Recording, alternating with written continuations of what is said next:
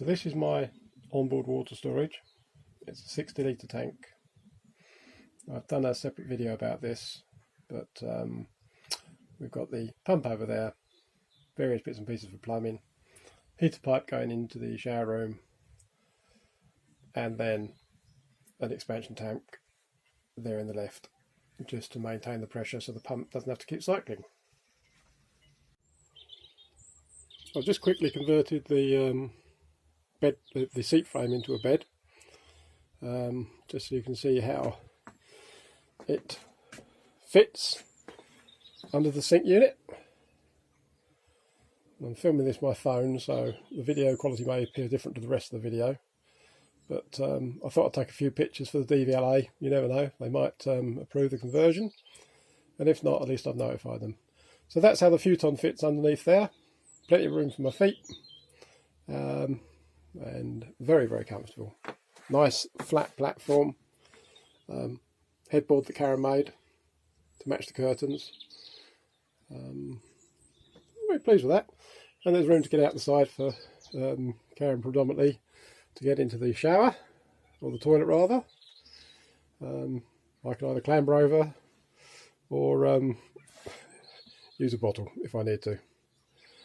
And there's my silver birch trees, little clump of silver birch trees in the background. I grew those from seed. They had a bit of a battering with the Shetland ponies here, but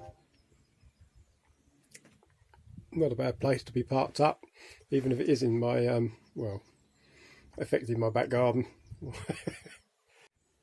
And there's the bed frame before I put the mattress back on, folded up. So it's a standard IKEA Futon frame. It's a metal frame, saving about 3 inches of height, very strong. I've got a couple of legs that support the centre hinge point, and the other hinge points are supported on the frame itself. The oak box are made, and at the moment there's our Shangri-La self-inflating mattress tucked away in there, and a pump and a few other bits and pieces. Plus I've got the entire area of this metal storage box to fill up with stuff should I need to. We've actually got so much storage in this van. We haven't used a fraction of it yet, but if push comes to shove, that box area there, I've got room to put all sorts of things in there that we may not need very often.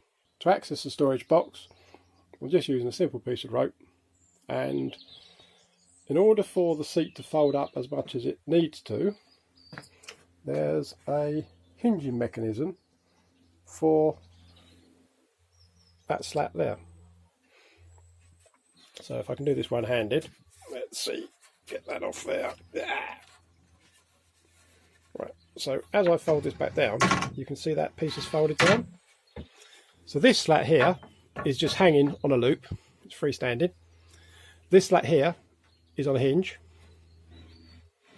and that allows the entire, otherwise it would only fold up about yay high.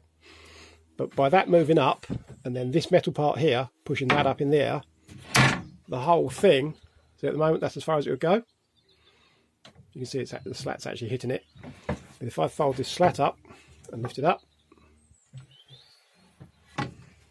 you can see I can get a much greater angle and makes the storage area very accessible without any unnecessary dismantling. And then again, when I fold it down, that just drops down in place, job done. The sad thing is, these IKEA frames aren't available anymore. I'd like another one. The wooden one, or the wooden frame that came with the Futon itself, it's just too bulky. Rough pine, badly assembled, very thick. This I bought on eBay for £5, and I've had to shorten some of the pieces of steel, change the way it hinges, because it now actually works back to front, because originally this part here was the backrest. But I was able to adapt everything just using simple 10mm bolts and lock nuts, and it works a treat. You know, it's amazing what you find sometimes on eBay that you think, well, that might work, and sometimes they work out, sometimes they don't. So there you go, the finished bed frame. The last thing to say is the Futon has a mind of its own. This thing wants to flow to the lowest point, the floor. It has no structural strength, no stability. I'm not sure how they're supposed to even hang on the original frame unless the backrest leans back a lot more, but it just sort of wants to fall off. So although Futons are very popular, mine may well replace all this with sponge. At the moment, I'm using a couple of woodworking clamps as giant pegs. That keeps it in place, stops it escaping. Not very elegant, but it's working. Until I think, sod it, this is very annoying, and get some pieces of foam cut up, or we sew some dirty. The other thing we could do is sew some dirty great straps on the back of it. But you know, as a seat, it's certainly very comfortable, and you can sort of snuggle up on it, and I like it. It's just got no structural integrity, and it just wants to move off the seat. I mean, as I'm talking, it's currently, you can see it, it's sneaking off. It's going to run off into the field if it gets a chance. It just wants to keep creeping. But there you go. I'll stop waffling now.